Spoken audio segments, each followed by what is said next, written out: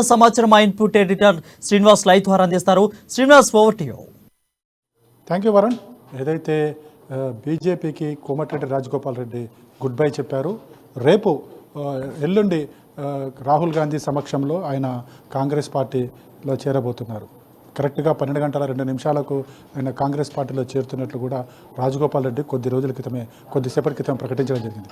ఒకసారి చూసుకుంటే కనుక ఏదైతే బీజేపీ మొదటి లిస్టు తర్వాత ఏదైతే కాంగ్రెస్ నుంచి బీజేపీలో చేరిన నేతల్లో ఒక అసంతృప్తి, అసహనం నెలకొందని చెప్పొచ్చు. ఎందుకంటే ఎప్పుడైతే బీజేపీ మొదటి లిస్ట్ ఇచ్చిందో మొదటి లిస్టులో రాజగోపాల్ రెడ్డి పేరు లేదు, ఆయన ఎక్కడి నుంచి పోటీ చేస్తారన్నది కూడా పార్టీ క్లారిటీ ఇవ్వలేదు. దాంతో ఆయన అసంతృప్తిగా ఉన్నారు. ముఖ్యంగా మునుగోడు ఎన్నికల తర్వాత పార్టీలో పార్టీకి సంబంధించి పార్టీ కార్యకలాపాల్లో చురుగ్గా ఉన్నప్పటికీ కూడా ఆ తర్వాత ఆయనను నిర్లక్ష్యం చేయడము, అదేవిధంగా పార్టీ కూడా ఆయనని దూరం పెట్టడం పరిస్థితి కనిపించింది. సో ఏదైతే తెలంగాణ ఎన్నికలకు సంబంధించి రాజగోపాల్ రెడ్డికి సంబంధించి ఏదైతే మొదటి లిస్టులో పేరు లేకపోవడం అనేది ఆయనని అసంతృప్తికి గురి చేసింది. 2 రోజుల క్రితమే ఆయన ఒక హింట్ కూడా ఇచ్చారు. ఏదైతే తనకు టికెట్ కేటాయించకపోవడాన్ని ఆయన జీర్ణించుకోలేకపోతున్నారు, అదేవిధంగా తను కోరిన స్థానాలు ఇటు మునుగోడు కావచ్చు, మల్కాజ్గిరి కావచ్చు, 2 చోట్ల కూడా తాను పోటీ చేస్తానంటూ ఒక పార్టీకి కూడా చెప్పడం జరిగింది. కానీ ఈ 2 కాదు కదగా అసలు ఆయన పేరే మొదటి లిస్టులో లేకపోవడంతో ఆయన అసంతృప్తికి గురయ్యారు. ఈ నేపథ్యంలోనే ఆయన పార్టీని వీడి బీజేపీని వీడి కాంగ్రెస్లోకి వెళ్తారని చెప్పేసి కూడా అప్పుడే సంకేతాలు ఇవ్వడం జరిగింది. కొద్దిసేపటి క్రితమే ఆయన కాంగ్రెస్ పార్టీలో చేరబోతున్నారని చెప్పేసి కూడా స్పష్టంగా చెప్పడం జరిగింది. ఏదైతే కేసీ వేణుగోపాల్తో ఆయన భేటీ అయ్యారు, భేటీ తర్వాత తాను పార్టీలో చేరుతున్నట్లు స్పష్టం చేయడం జరిగింది. ఎల్లుండి 11 గంటల 2 నిమిషాలకు అటు ఖర్గే, ఏఐసీసీ అధ్యక్షుడు ఖర్గే, అదేవిధంగా రాహుల్ గాంధీ సమక్షంలో ఆయన కాంగ్రెస్ తీర్థం పుచ్చుకోబోతున్నట్టు తెలుస్తుంది. వరుణ్, రైట్. అయితే శ్రీనివాస్, అయితే ఆల్రెడీ ఫస్ట్ లిస్ట్ అయితే కాంగ్రెస్ పార్టీ విడుదల చేసింది. సెకండ్ లిస్ట్లో మనం అనుకున్నట్లుగానే సీనియర్లకి ప్రాధాన్యత ఇస్తారు అన్నట్లు మనకు తెలుస్తుంది. సో ఈ నేపథ్యంలోనే రాజగోపాల్ రెడ్డికి ప్రాధాన్యత ఇచ్చే అవకాశాలు ఉన్నాయి ఆ మునుగోడు నుంచి.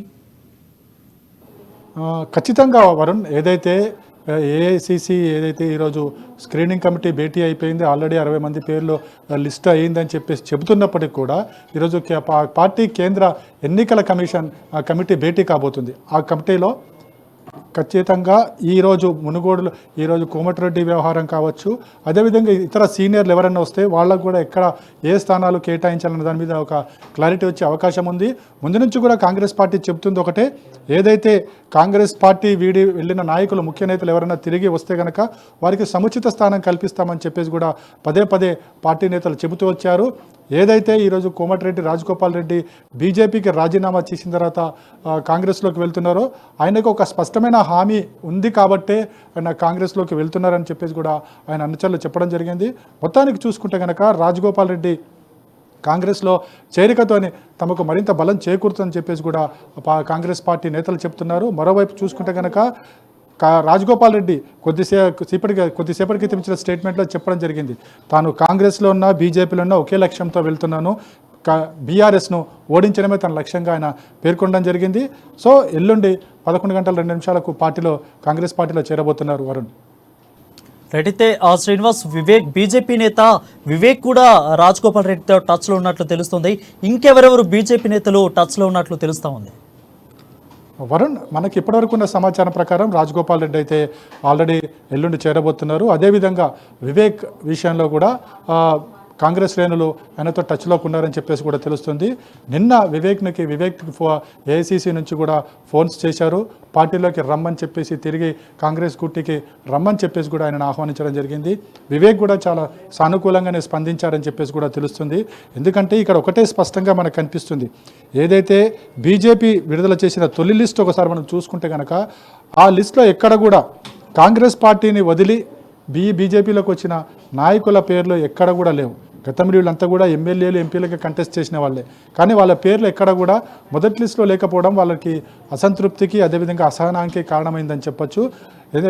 అదే క్రమంలో ఇప్పుడు రాజగోపాల్ రెడ్డి క్రమంలోనే వివేక్ వెంకటస్వామి కూడా ఉండబోతున్నారని చెప్పేసి కూడా తెలుస్తుంది.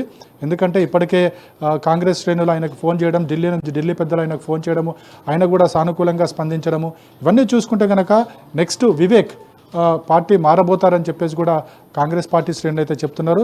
ఒక్క వివేక్తోనే ఆగిపోదు ఇది, ఇంకొంతమంది నేతలు టచ్లో ఉన్నారని కూడా చెప్తున్నారు. మాజీ మంత్రి డీకే అరుణ కూడా తమకు టచ్లో ఉందని చెప్పేసి కూడా కాంగ్రెస్ శ్రేణులు చెప్తున్నారు. అదేవిధంగా విజయశాంతి తమకు టచ్లో ఉందని చెప్తున్నారు. ఇంకొంతమంది నేతలు ఎవరైతే కాంగ్రెస్ని వీడి వచ్చారో వాళ్ళంతా కూడా తమకు టచ్లో ఉన్నారు. వాళ్ళంతా కూడా ఘర్ వాపసి, తిరిగి కాంగ్రెస్ గుట్టికి రండి, కాంగ్రెస్ పార్టీలో మీకు సముచిత స్థానం కల్పిస్తామని చెప్పేసి కూడా ఏఐసిసి నుంచి పెద్ద బడా నేతలందరూ కూడా వాళ్ళకి ఫోన్లు చేసి ఆహ్వానిస్తున్నట్టు తెలుస్తుంది. అయితే ఈరోజు రాజగోపాల్ రెడ్డి, రేపు వివేక్ వెళ్ళబోతున్నారని చెప్పేసి తెలుస్తుంది. అదేవిధంగా డీకే అరుణ కూడా పార్టీ వైపు చూస్తున్నారని చెప్పేసి తెలుస్తుంది. విజయశాంతి కూడా కాంగ్రెస్ వైపు చూస్తున్నారని చెప్పేసి తెలుస్తుంది. మొత్తానికి ఈ 2 వారం రోజుల లోపల బీజేపీ నుంచి కాంగ్రెస్లో వెళ్ళే వాళ్ళ సంఖ్య చాలా ఎక్కువగానే ఉండబోతుందని చెప్పేసి కూడా తెలుస్తుంది. ఎందుకంటే మొదటి లిస్టులో ఎక్కడ కూడా వీళ్ళని ముఖ్య నేతల పేర్లు లేవు. వీళ్ళంతా కూడా కాంగ్రెస్ పార్టీని వీడి వచ్చిన వాళ్ళే. సెకండ్ లిస్టులో కూడా వీళ్ళకి సముచిత స్థానం కల్పించకపోతే మరికొంతమంది కాంగ్రెస్ నేతలు కూడా బీజేపీ వైపు, మరికొంతమంది బీజేపీ నేతలు, ప్రస్తుతం ఉన్న బీజేపీలో కొనసాగుతున్న ఎవరైతే కాంగ్రెస్ పార్టీకి చెందిన నేతలు ఉన్నారో వాళ్ళంతా కూడా తిరిగి కాంగ్రెస్ గుట్టికి చేరే అవకాశాలు అయితే స్పష్టంగా కనిపిస్తున్నాయి. వరుణ్. రైట్ శ్రీనివాస్, అయితే అసలు బీజేపీని రాజగోపాల్ రెడ్డి వేయడానికి గల కారణాలు ఏంటి? ఆయన చెప్తున్నైతే మునుగోడు ప్రజల కోరిక మేరకు కాంగ్రెస్ పార్టీలోనికి నేను చేరతాను అని అయితే ఆయన చెప్తున్నారు. ఇంకా ఏమైనా కీలకమైన కారణాలు ఏమన్నా ఉన్నట్లు తెలుస్తూ ఉందా? ప్రధానంగా మనం చూసుకుంటే కనుక బీజేపీకి సంబంధించి బండి సంజయ్ అధ్యక్షునిగా ఉన్నప్పుడు పార్టీ ఒక పీక్ లెవెల్లోకి తీసుకువెళ్ళగలిగారు, పార్టీని ప్రజల్లోకి తీసుకెళ్ళగలిగారు. పార్టీని గ్రామాల్లో ఇప్పుడు కూడా బీజేపీ గ్రామంలో పెద్దగా వెళ్ళింది లేదు. కానీ బండి సంజయ్ అధికార పగ్గాలు, పార్టీ అధ్యక్ష పగ్గాలు చేపట్టిన తర్వాత పార్టీని, బీజేపీని ప్రజల్లోకి తీసుకెళ్ళగలిగారనే ఒక అభిప్రాయం అయితే పార్టీలో చాలామంది నేతల్లో ఉంది. ఎప్పుడైతే బండి సంజయ్ని పార్టీ అధ్యక్ష బాధ్యతలను తప్పించిన తర్వాత పార్టీ ఇప్పుడు బీజేపీ గ్రాఫ్ చాలా అట్టడుగు పడిపోయిన పరిస్థితి అయితే ఉందని చెప్పేసి కూడా బీజేపీ నేతలే స్వయంగా చెబుతున్న పరిస్థితి ఉంది. సో ఇలాంటి పరిస్థితుల నేపథ్యంలో ఇటు పార్టీ గ్రాఫ్ పడిపోవడం ఒక ఎత్తు అయితే, ముఖ్యంగా మొదటి లిస్టులో ముఖ్య నేతలకు అవకాశం కల్పించకపోవడం, ఏదైతే కాంగ్రెస్ పార్టీని వీడి బీజేపీలో చేరినప్పుడు వాళ్ళకి కొన్ని హామీలు ఇవ్వడం జరిగింది. ఎన్నికలకు సంబంధించి టికెట్లు కావచ్చు, లేకపోతే వారి అనుచరులకు టికెట్లు కావచ్చు, ఇలాంటి ఇచ్చిన హామీలు ఏవి కూడా ఇక్కడ కనిపించడం లేదు అని చెప్పేసి కూడా ఏదైతే బీజేపీలో ఉన్న కాంగ్రెస్ పార్టీ నుంచి వచ్చిన నేతలు చెప్తున్నారు. అంటే మనకి రాజగోపాల్ రెడ్డి కావచ్చు, వివేక్ కావచ్చు, లేకపోతే విజయశాంతి కావచ్చు, డీకే అరుణ కావచ్చు, ఇలా చాలామంది నేతలు ఒకే మాట, తమకు సముచిత స్థానం ఇవ్వడం లేదు, తమ అభిప్రాయాలను పరిగణలోకి తీసుకోవడం లేదు అని చెప్పేసి పదే చెబుతున్న పరిస్థితి.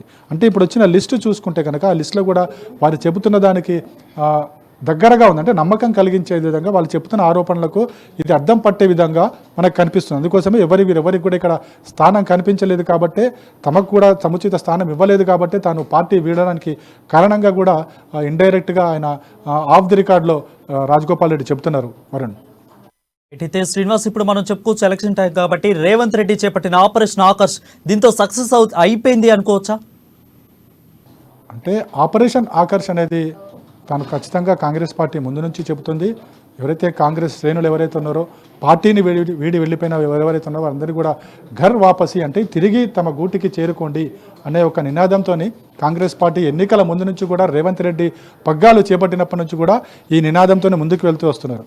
అంటే కాంగ్రెస్ని వీడిన నేతలందరినీ కూడా తిరిగి కాంగ్రెస్ గుట్టికి చేర్చాలి, కాంగ్రెస్ను బలోపేతం చేయాలి, ఎన్నికల నాటికి కాంగ్రెస్ను పూర్తి స్థాయిలో పటిష్టమైన కాంగ్రెస్గా తయారు చేసిన తర్వాత ఎన్నికల్లో విజయం సాధించాలన్నది అటు ఏఐసిసి, అదేవిధంగా ఇటు పిసిసి పూర్తి స్థాయిలో ఒక లక్ష్యంగా పెట్టుకుని పనిచేస్తున్నారు. కాబట్టి ఈ ఆపరేషన్ ఆకర్షకు సంబంధించి మరి ఎన్నికలు వచ్చేంత వరకు, జరిగేంత వరకు కూడా ఈ ఆపరేషన్ ఆకర్ష్ కొనసాగుతుంది. పార్టీలోకి కేవలం కాంగ్రెస్ పార్టీ వీడిన నేతలే కాదు, ఇతర పార్టీల నుంచి వచ్చే వాళ్ళు ఎవరున్నా సరే వాళ్ళందరినీ కూడా తమ పార్టీలోకి ఆహ్వానిస్తాము. ముఖ్యంగా బీఆర్ఎస్ని ఈసారి గద్దె నెక్కించకూడదు, బీఆర్ఎస్ని ఖచ్చితంగా ఓడించాలి అనే ఒక లక్ష్యంతోనే కాంగ్రెస్ పార్టీ పనిచేస్తుంది. కాబట్టి ఎవరెవరైతే పార్టీలో చేరతారో వాళ్ళందరినీ కూడా ఖచ్చితంగా పార్టీలోకి ఆహ్వానిస్తామని చెప్పేసి కూడా కాంగ్రెస్ పార్టీ నేతలు చెబుతున్నారు. Varun. Right. Thank you, Srinivas, for the clear updates.